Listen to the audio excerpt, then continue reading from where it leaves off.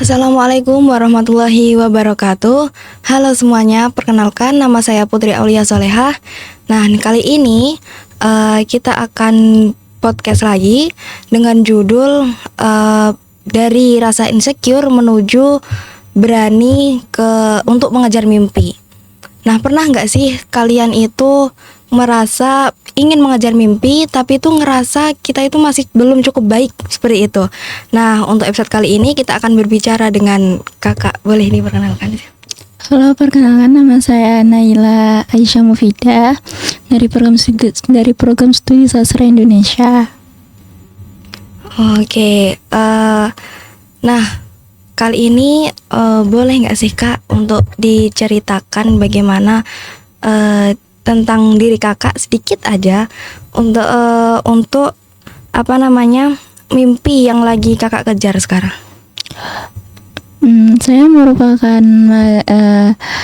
mahasiswa disabilitas yang saat ini sedang menempuh kuliah.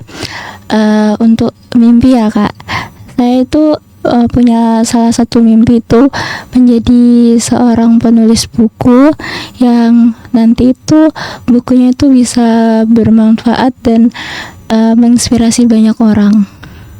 Oh, sama berarti Kak. Iya. Mimpinya penulis buku. Iya.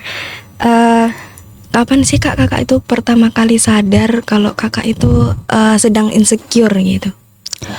Kalau pertama kali sadar sedang insecure itu mungkin ketika saya melihat orang-orang yang lebih hebat daripada saya, itu rasanya tuh kayak kenapa orang-orang itu tuh bisa sedangkan saya tuh nggak bisa. Apa karena dengan kondisi saya yang seperti ini sehingga saya tuh nggak bisa untuk menggapai apa yang seperti mereka lakukan gitu. Jadi gitu. Iya sih, pasti itu benar-benar berat banget kan ya Kak ya. Iya.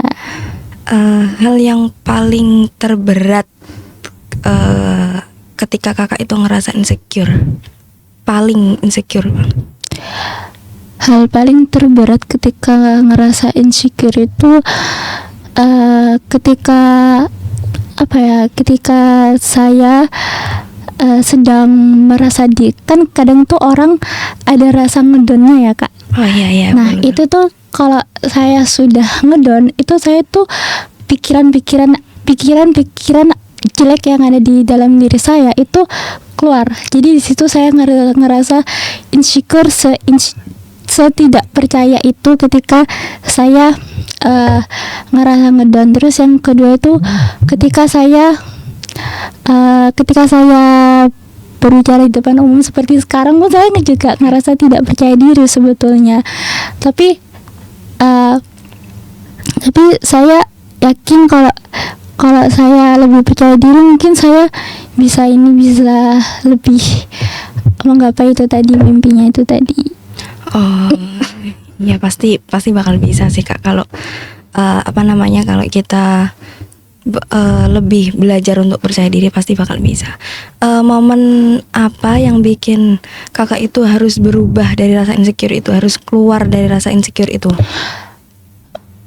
Ketika saya melihat ini, jadi pas dulu itu saya kan pernah bersama kayak orang-orang disabilitas yang lainnya juga gitu. Dan di situ tuh ada salah satu anak disabilitas itu yang dia tuh menginspirasi saya. Jadi saya itu melihat dia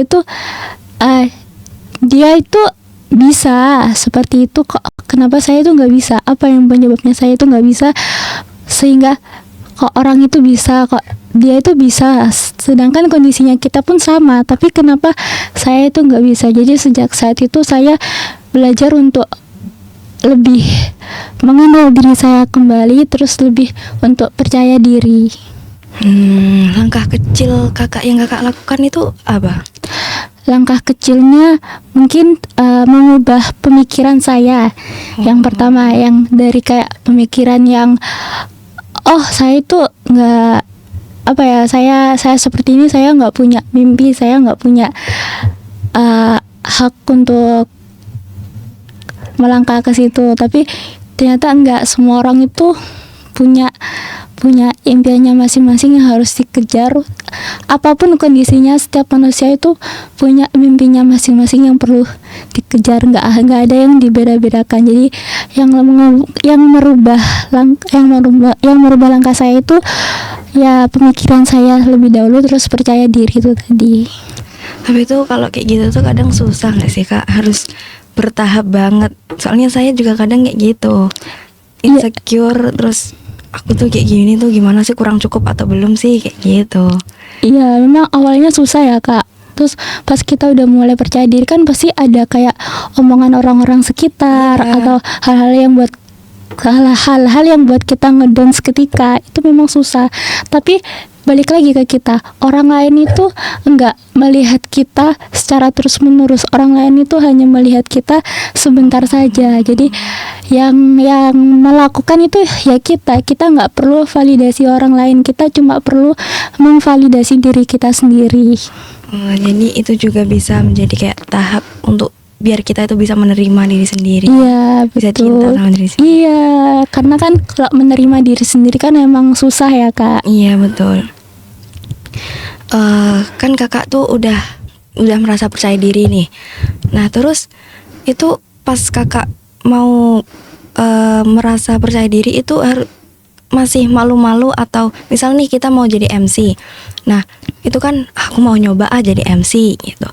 Terus Kakak tuh kayak masih malu-malu, deg-degan dulu, atau langsung aku sudah pede nih, udah langsung percaya diri? Kalau merasa udah pede itu belum ya Kak, karena kan apapun yang kita lakukan itu pasti kita punya rasa takut di dalam diri kita. Entah itu mau jadi MC, entah itu dari apa, mau melakukan apapun kan pasti ngerasa takut ya. Tapi rasa takut itu harus kita buang. Kalau kita berani ngambil itu ya berarti kita sudah bisa dan mampu untuk melakukan itu. Lebih percaya diri aja. Oke. Tantangan terbesar Kakak ketika Kakak sekarang lagi ngejar mimpi apa? Tantangannya itu banyak sih Kak ya. Salah satunya mungkin kan tadi kan saya mau jadi penulis buku. Iya. Nah itu kan banyak banget kan Kak yang harus dipersiapkan, entah itu dari cara saya mengelola cerita itu tadi sampai bisa diterima oleh orang kan banyak. Terus kan kalau misal nulis di platform gitu kan juga banyak saingannya ya Kak. Iya, nah itu kan yang menjadi tantangannya itu gimana sih caranya kita itu bisa membuat cerita itu lebih menarik orang, lebih kayak orang itu tertarik buat baca cerita kita. Itu sih yang susah untuk diitukan, karena kan banyak pesaingnya juga, nggak hanya 1-2 orang, tapi kan banyak juga cerita-cerita yang lebih bagus daripada ceritanya saya gitu. Iya, Kak kan mau jadi penulis nih, aku jadi penasaran. Kakak udah pernah nerbitin buku belum? Kalau nerbitin buku belum, tapi kalau nulis-nulis di platform seperti Wattpad gitu atau Medium gitu udah. Nanti di-spill deh Kak ceritanya ya. Boleh. Saya suka banget bacanya soalnya. Yang ngebuat Kakak bertahan sampai sekarang dari omong-omongan orang atau dari pemikiran-pemikiran Kakak sendiri itu apa sih Kak? Yang buat saya bertahan itu dengan kondisi yang seperti ini ya Kak. Pertama itu pasti support dari orang tua. Terus yang kedua itu juga dari diri saya sendiri. Kalau saya masih stuck di saya yang jadi orang pemalu, saya yang nggak berani melakukan apapun itu, ya udah saya bakal berada di posisi itu terus menerus. Orang kan juga nggak harus ada di posisi yang seperti itu. Dia tuh harus berkembang lagi kan Kak. Nah jadi ya yang paling itu orang tua, supportnya orang tua. Iya sih, support orang tua tuh emang paling mantep banget, harus. Iya betul. Kalau gitu apa yang paling Kakak syukuri dalam hidup ini selama ini? Yang paling saya syukuri itu saya dipertemukan sama orang-orang yang hebat. Terus saya dipertemukan sama kedua orang tua saya yang yang bisa menerima kondisi saya seperti ini, karena kan mungkin ada orang tua itu yang nggak bisa nerima anaknya seperti ini, tapi orang tua saya itu bisa gitu. Terus juga teman-teman yang baik, terus saya bisa kuliah di sini, itu juga salah satu hal yang saya syukuri. Oh iya sih, betul.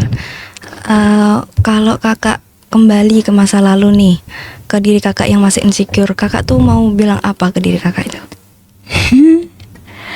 Apa ya? Mungkin kalau saya berada di posisi saya yang dulu, saya cuma mau bilang kamu itu harus lebih berani lagi, gak usah dengerin apa kata orang tentang kamu, karena yang ngejalanin hidup kamu itu ya kamu sendiri. Orang lain itu hanya berkomentar saja, dia nggak tahu seberapa kuat kamu untuk menjalani hidup itu.